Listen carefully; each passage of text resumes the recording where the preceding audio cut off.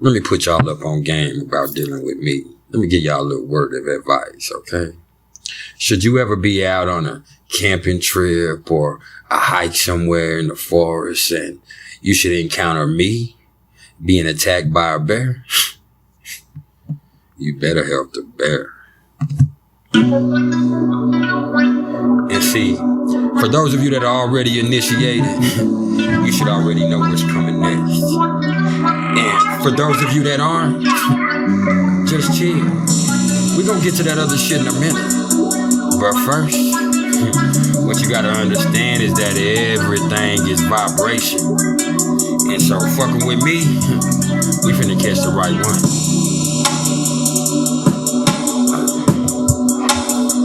And see, I don't want to know what day of the year it is in whatever dimension, density, you know, that you in or whenever you watching this. But right now, at the time of this recording, it's 4:20. And the moon is still in Leo. You know what I'm saying? I'm still more fly than your most favorite astrologer. And we doing the goddamn thing. So it's about that time for you to just open up your ear and let me crawl into your mind. One time.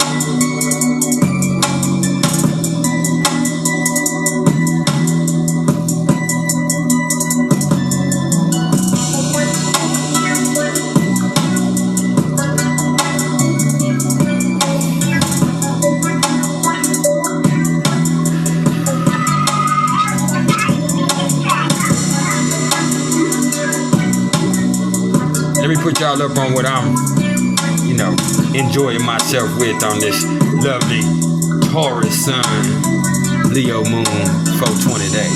You know what I'm saying? I'm smoking on a little bit of the sauce. This is called the sauce. Saucy. You know what I'm saying? This right here, this is a nice little batch of the Scooby snacks. Delicious. Shout out to Uncle Fernando, man.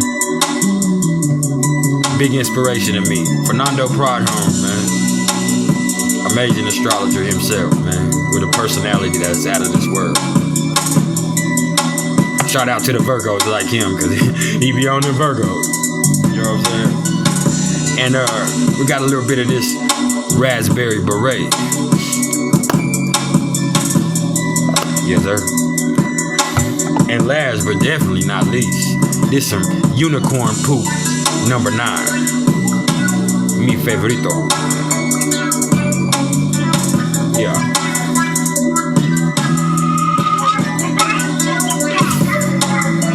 Y'all fucking with the right one, man. That's unmistakable. If you ever see me in a grizzly bear, in a tussle, better help the bear, baby. There's something you might not never understand. For real. What it was, y'all. Y'all should know who it is. If not, here I go. And y'all tuned in with Priceless Knowledge of Self. And this right here, this ain't shit but some cosmic insight, man. And I hope everybody's feeling great. You know what I'm saying? Feeling lovely. But it's time to get real. And it's time to go deep. That's because this right here, this is a little something about those people that have the moon in the 8th house of their natal chart. Yeah.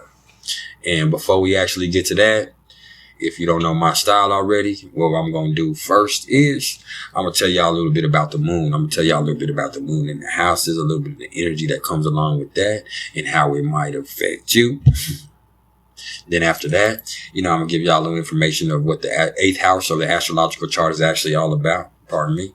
And then after that, you know, we're going to make a climax. So we don't have any more time to waste, man. So we're going to go ahead and get it started. So the moon is the closest celestial body in relation to Earth in the whole entire solar system. So, I like to think that it has the strongest effect on our moods and personality on a day-to-day basis. Just like the moon controls the earth's tides and the earth is 65 to 70% water, your body is 65 to 70% fluid. So think about the effect that it has on you. And the moon is everything, man. This is our instinctive awareness. This is our emotional nature. This is how we feel. It can represent the relationship we have with our mother or the lack thereof. The moon, in Vedic astrology, they call the moon the mind. But I just think it's really about who you are internally. Whereas the rising sign is, the package. The moon is what's inside. And, the sun is the whole thing. And, a lot of people ain't going to see your moon sign, but we're not talking about your moon sign. We're talking about the moon in the houses, okay? And the moon in the houses, they can reveal how and where we go about seeking emotional validation, security, and satisfaction. Looking at the house position of the moon, we can really find important clues to the reasons for any perpetual emotional unrest we might be going through. And, that can always take the form of, constant changes or ups and downs emotionally in the area of life, by whatever house that she's in. And, when you're thinking about the house placement of the moon, thinking about the house placement of the moon, you got to try to make really deep emotional attachments rather than superficial and temporary emotional thrills if we're seeking any true feeling of belonging or emotional fulfillment. Okay. And so when we're talking about the eighth house, the eighth house is ruled by Scorpio and the planets Pluto and Mars. And it's a mysterious sector that's, rules over birth, death, sex, transformation, mysteries, merged energies, and bonding at the deepest level. It's also the house of other people's money and property. And traditionally, it's been called the house of sex, death, taxes, secrets, and power. And hey, I ain't against that motherfucking definition. And this is the home of the taboo, to be honest, and the place of hidden mysteries. And the biggest of which is that final transformation that we all must go through, death. And it's here that we kind of find the deepest emotional wells and the secrets of a soul that unfold throughout a lifetime. And, a big part of the reason that the eighth house is so feared is because of its power to end our old way of being, thus that death. The eighth house really involves the soul level changes that we go throughout an existence, man. And the many deaths or transformations that are played out by whatever signs on the cusp and the planetary placements here. And it's also about compulsions and obsessions and primal entanglements. And, in Latin, the orgasm is known as le petit morte, or the little death. And, that's because it's a surrender to the primal energies. And in that moment, we're more than body. And so accordingly, that's why both sex and death are connected here. And there's a lot much more to it, man, that we can go into, but we're going to leave it right there. So when we're talking about having the moon in the eighth house, so as with any eighth house placement, man, this one is going to be infinitely deep.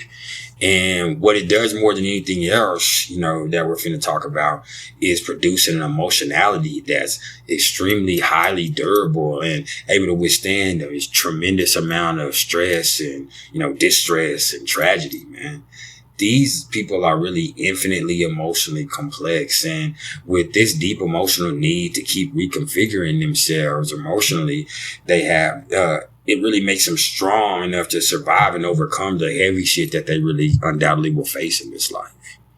And, it's here that the energy of the moon kind of serves to highlight the emotional impact of the affairs and the functions of the eighth house, man, which consequently can bring about an emotionally intense nature that can be profoundly healing and restorative, but also pretty destructive at the same time, man. So this one is definitely sexy, interesting, deep, dark. It's all that.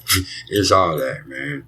And looking even deeper than that, let me tell you that, I feel like those who have their moon in the 8th house, they derive a sense of emotional fulfillment from the power and control they wield both over themselves and other motherfuckers, man. And there's this deep-seated inner need to kind of fortify themselves by walking through fire. So, and that's a motherfucker. And I don't mean real fire, of course, for those that just have to take everything literal. I mean walking through rough, tough, painful shit, man, and just deep, dark, pressurized shit, man. You know what I'm saying? And, they want to come out of the experience stronger than they were before, man. Emotionally, too. These are people that are able to lick their own wounds and heal themselves in the face of some fucking tremendous adversity. And, especially when it comes to loss. And that they go through shit that will probably break a lot of other people beyond repair. But all it does is just keep,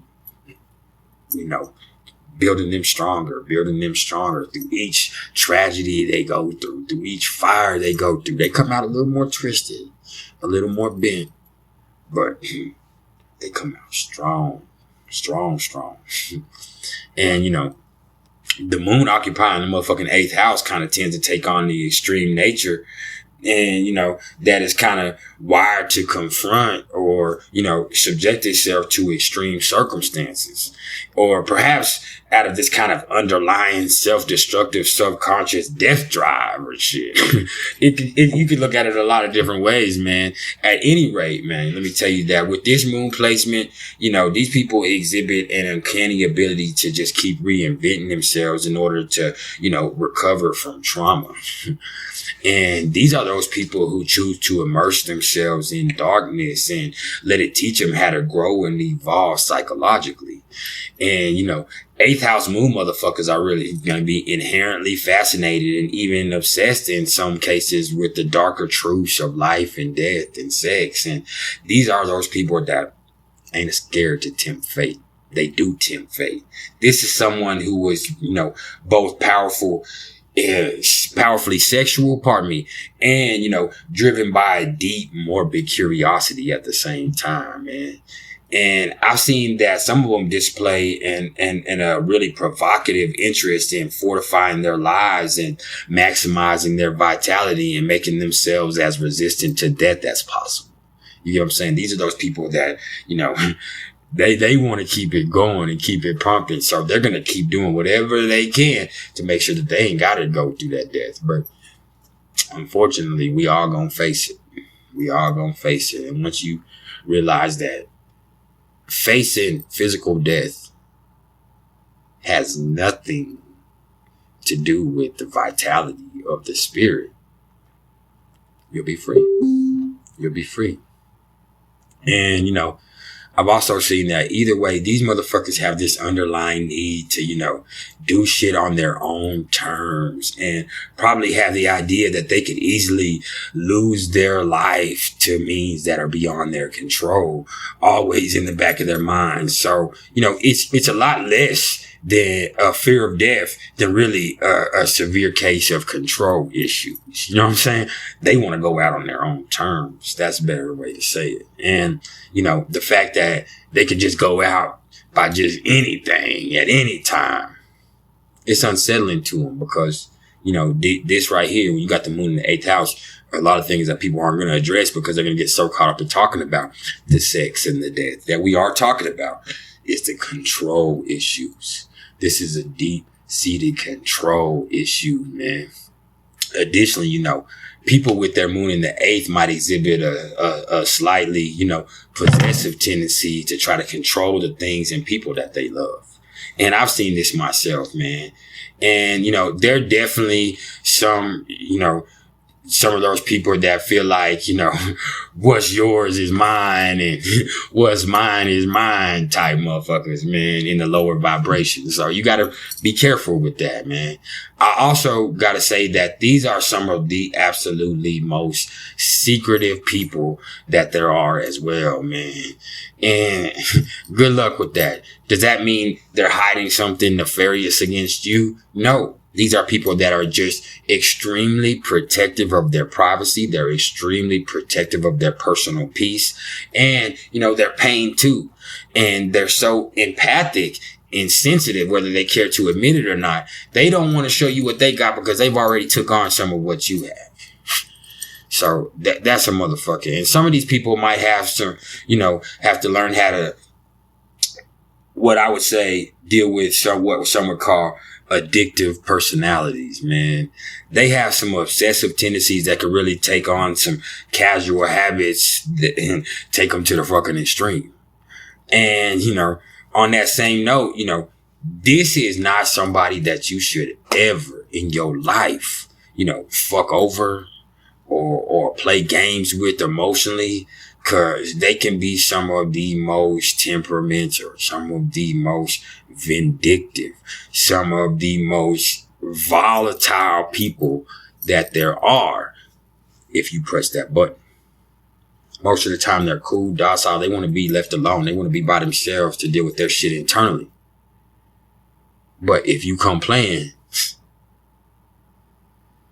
better bring a baseball bat. You know what I'm saying? You got to bring ass to get ass. That's what they'll tell you. You know what I'm saying? They're sensitive, but with Moon in the 8th, these ain't no powder puffs, man. Don't ever get that twisted. Lastly, the 8th house is always going to be a humongous indicator of our sexuality. And one thing for sure is that these people want passion and intensity in love. The moon here kind of craves depth more than anything else. And with 8th house moon, man, you can probably expect a need for more than a few partners in their life, to be honest. However, there also might be some insecurity surrounding intimacy that, they have to deal with, or that's going to be hard to work over, because even though the person craves deep emotional love, they're afraid of it at the same fucking time, man, which can cause them to dip out on motherfuckers that, they actually care about and actually really wanted to build something with. And that's self-defeating and, just a little bit toxic. And, the signs and aspects, of course, will play a big major factor here. So look at that. But one thing is for sure, with Moon in the 8th house, man, sex plays a humongous role in these people's lives, and they get in their feelings about it. This is not somebody that, you can just have a casual affair with either. You know what I'm saying? Somebody's going to catch feelings, and don't think it's just going to be them. Don't think it's just going to be them, man, because they're here. This right here is somebody that's going to bring you sexual healing. They're going to give you what you need, and, at the same time, these are those type of people that could go from hot to cold in an instant in a way that they're trying to protect themselves emotionally because they actually do feel something for you. And that ain't fair, but it is what it is. And, more than anything else, man, 8th house moon people are attracted to folks, and people that, and things that are all revolved around the deepest mysteries of life. And, at the same time, they're not the type of person that feels comfortable sharing how they feel because they don't think motherfuckers will understand them. So this can be a lonely placement. It really can. But what you do got to remember is just because you build like that, you don't have to build like that. It doesn't matter where your moon is. It doesn't matter what house your sun is. It doesn't matter what your ascendant is. It doesn't matter where Pluto is. It doesn't matter what your nodes are. Just because you're built like that, it doesn't mean you have to build like that. What that means is that we all have all of this energy available to us in our chart. What you do with it is what you do with it. And even beyond that, it ain't about what the fuck you do. It's about how you do it. And hey, that's some priceless knowledge in itself. There's been some priceless knowledge of Sheriff, man. I appreciate all the love and support. If y'all are interested in any astrological readings whatsoever, you can either hit me up in the comments below, or you can email me at mr.turner1300@gmail.com. Hey, Y'all keep it real, man. Y'all like, share, and subscribe. If y'all fuck with me even a little bit, man, y'all out of line if you ain't subscribed, man. I appreciate all the love and support. If anybody's interested, pardon me, in donating to the channel, all you got to do is look in the comments in the description. I said the comments in the description, and you'll see, man. And I just want everybody to enjoy day 420, man. Enjoy your day. It's Taurus season. Enjoy your life. Indulge. I implore you to indulge. Do that shit. Okay?